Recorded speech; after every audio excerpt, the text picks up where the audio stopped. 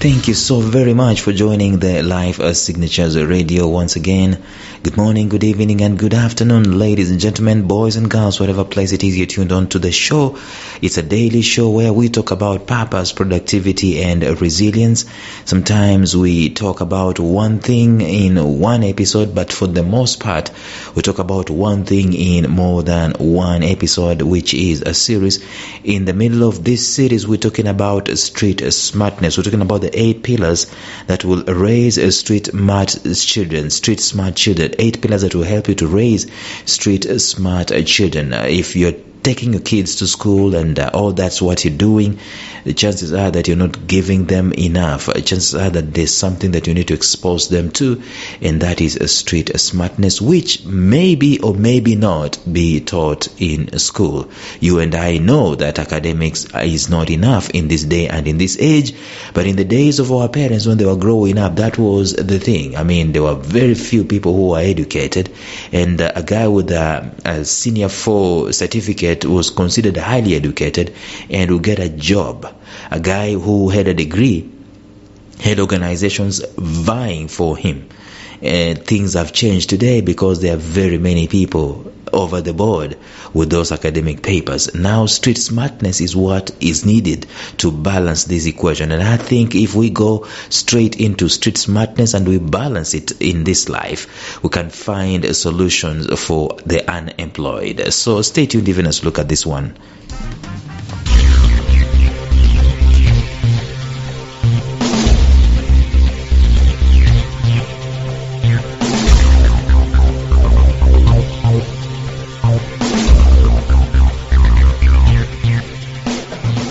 Welcome to the Life Signatures podcast with Lawrence Namale.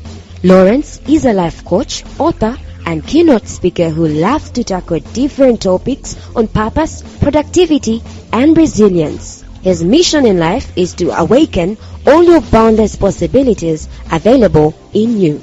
Life Signatures podcast is dedicated to bring to reality every single person who knows that deep down in their gut, there's got to be more to life than this. And now, here is your host, Lawrence Namale.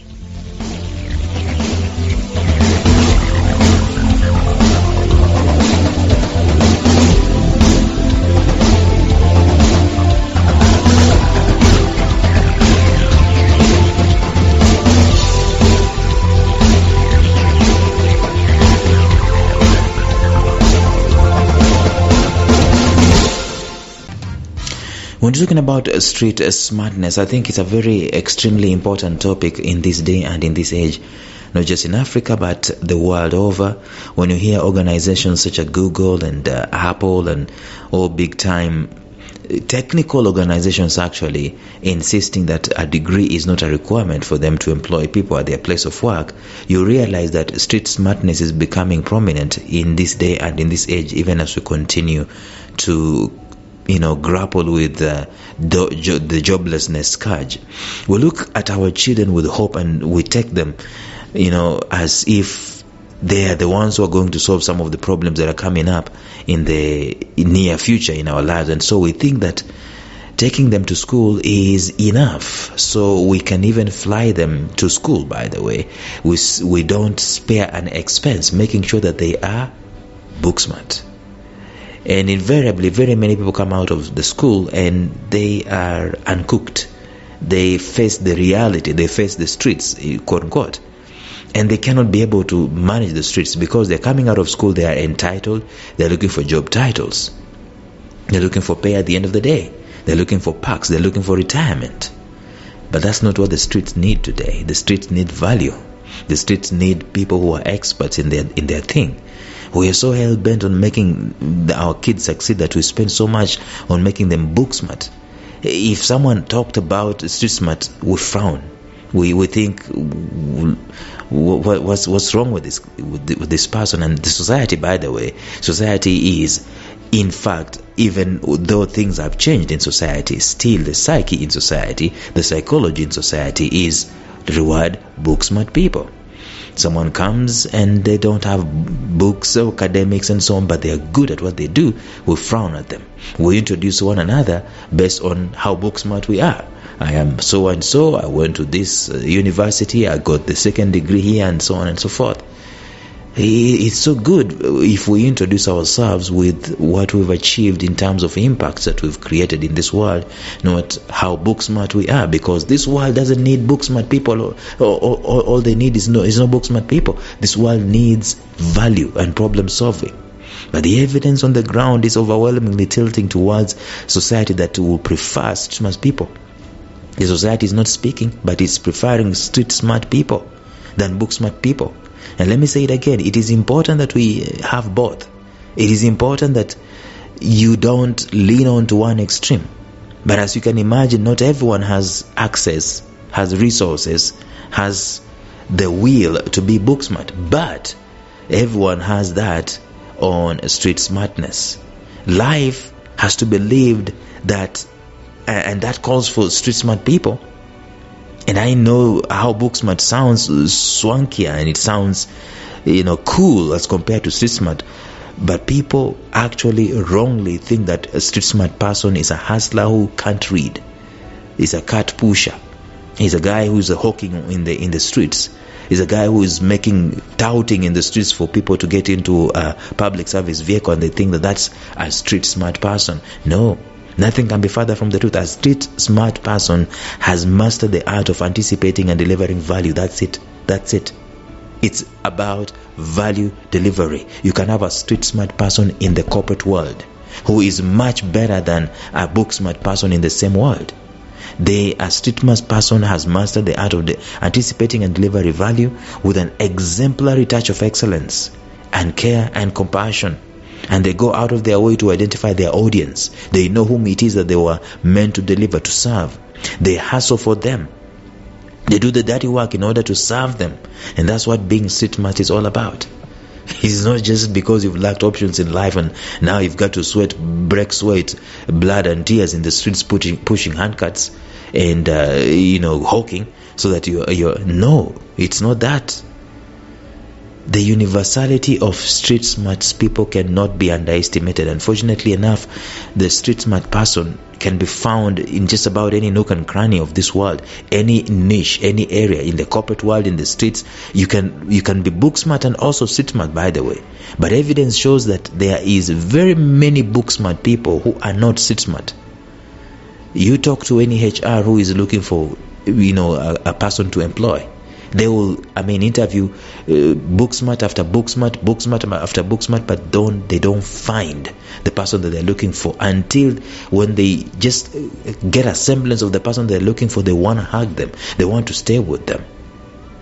Let's remind ourselves a little here. A book smart person, in my definition, is a typical person that has gone all the way through the schooling system and has acquired several accolades in terms of qualifications in one discipline or another. They have a certificate, they have a degree, they have a diploma. They actually have excelled. And notice that the fraction of those is fewer as compared to the general population. Ideally, we all go through, some semblance of that, and it's needed. But as already mentioned, there are several impediments to this, including capacity, including disposition, including resources and all, that not everyone can qualify there. But to be street smart, therefore, will be the most plausible thing to do. And therefore, it's important that children be raised with that in mind. At the back of your mind as you're taking them to school, dropping them, picking them. Are these guys street smart? Can I teach them to be street smart? Number one, we say that they've got to learn to be survivors. Survival is important. And then number two, we talked about relationships. This cannot be overestimated, underestimated. And then we talked about yesterday about potential and purpose. That should be the raw materials for their education. Today, let us just crown this. Number four, if you're going to be street smart, or if your children are going to be street smart, you've got to nurture the idea of curiosity, the ravenous hunger for knowledge. Not just knowledge from school. but knowledge from all over the place. I love my kids watching this channel. It's a kids channel called Da Vinci. I tell you, they teach those guys experiments and so on, and so they're ravenous. They want to practice what they have seen in the Da Vinci. And when given a chance, of course, of late I've been watching a lot of animations, but given a chance, they will choose to watch Da Vinci over just cartoons. Okay, because it has knowledge. It's interesting.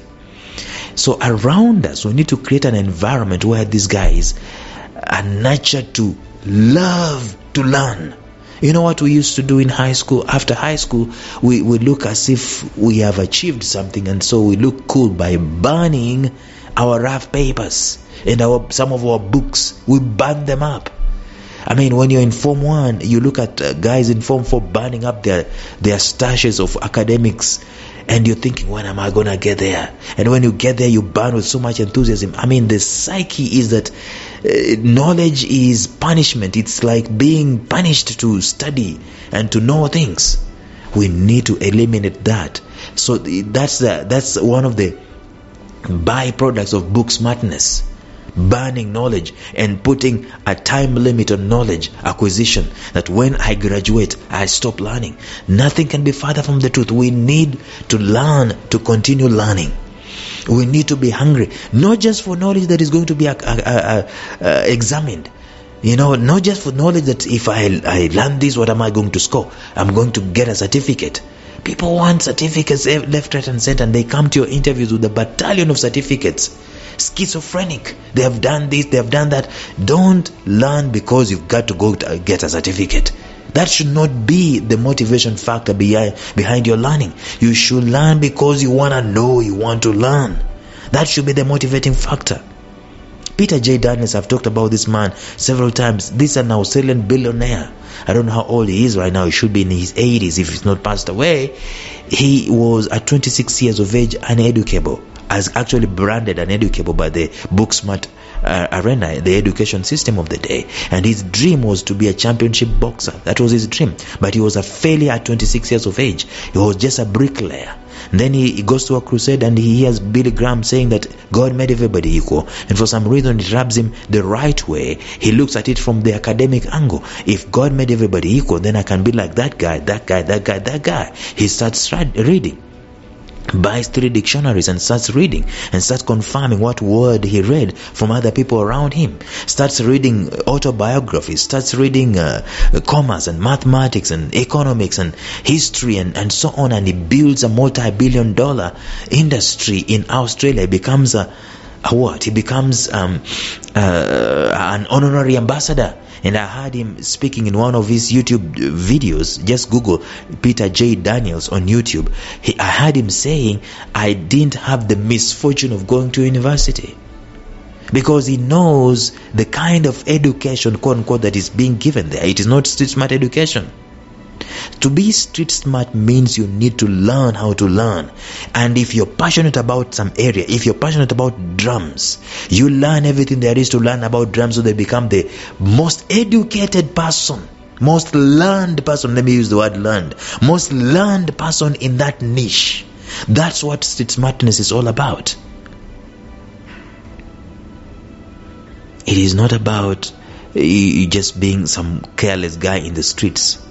We need to learn how to learn. The misconception, people wrongly think that a street smart person does not read. Is a guy who doesn't know how to create sentences. They can't make sentences. That will be wrong. That's why I'm telling you, if you can educate your kids just to know how to read, if they can be able to skim through a book and they can summarize concepts out of that book, I'm telling you, from there on, even if they don't continue studying formally, that is, but they continue learning. You know what I should have continued learning? I should have continued learning how to write. Once I knew how to write, I should have continued, because that's my forte. That's my natural gift and talent, as we spoke about that yesterday. A street smart person is a ravenous wolf for knowledge. Knowledge about people, knowledge about business, knowledge about trends, knowledge about technology, history, self-help. especially self-help. They are ravenous about themselves. They want to know about their potential. They want to read about their potential. They don't do academic fires. They don't graduate. They don't look for certificates. A street smart person realizes how important information and knowledge is, and that's why they will surround themselves with people who learn, people who are better than them. They want to know. They are always asking questions. They are always dreaming. They are in masterminds. They are in book clubs. They are sharing books. They are summarizing books. They never stop reading. Bill Gates, we are told he reads at least 4 books a month. So to be street smart, let us teach our kids to be ravenous, to have a ravenous hunger for knowledge. Tomorrow we're going to look at another pillar. But until then, bye-bye. Thank you for listening to Life Signatures Radio. If you enjoyed today's show, subscribe to Life Signatures Radio on iTunes, Stitcher, or visit our website at lifesignatures.libsyn.com. Life Signatures Radio, fresh, clean, and inspiring.